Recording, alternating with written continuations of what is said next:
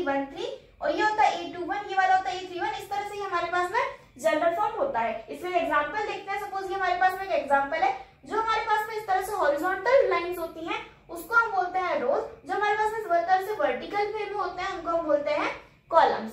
ठीक है, ये होता है हमारे पास में मैट्रिक्स। नाउ अगर हमें इस मैट्रिक्स का ऑर्डर फाइंड करना होता है तो ऑर्डर क्या होता है, देखो ऑर्डर ऑफ मैट्रिक्स होता है उसको हम रिप्रेजेंट करते हैं m क्रॉस n से। जहां पर m क्या होता है, m हमें बताता है कि हमारे जो मैट्रिक्स उसमें हमारे पास में कितनी नंबर ऑफ रोज है, और जो n होता है हमें बताता है कि हमारे मैट्रिक्स में कितनी नंबर ऑफ कॉलम्स है। तो एग्जांपल लेते हैं। सपोज ये हमारे पास मैट्रिक्स है, यहाँ पर हमारे पास में कितनी रोज है, 2 रोज है। ठीक है, और कितने कॉलम्स है, 3 कॉलम्स है। तो यहाँ पर हमारे पास में ऑर्डर क्या होगा, 2 क्रॉस 3 का। ठीक है, 2 रोज है और 3 कॉलम्स है, तो 2 क्रॉस 3 का यहाँ पर ऑर्डर होगा। अब हमारा जो मैट्रिक्स होता है उसमें एलिमेंट्स मतलब क्या होता है, मैट्रिक्स में एलिमेंट्स क्या होता है, मैट्रिक्स में एलिमेंट्स मतलब होता है एलिमेंट्स इक्वल्स टू नंबर्स। जो भी हमारे मैट्रिक्स में जो नंबर्स होते हैं इनको हम बोलते हैं एलिमेंट्स। ठीक है, अब अगर हमें फाइंड करना है कि हमारा जो मैट्रिक्स है उसमें हमारे पास में कितने टोटल नंबर ऑफ एलिमेंट्स है, टोटल नंबर ऑफ एलिमेंट्स हम कैसे फाइंड करते हैं, m क्रॉस n से। मतलब जो हमारा ऑर्डर होता है यहाँ पर क्या है, 2 क्रॉस 3 है, तो उसका मल्टीप्लाई कर दें तो हमें ये मिल जाते हैं टोटल नंबर ऑफ एलिमेंट्स मिल जाते हैं। एग्जांपल देखते हैं।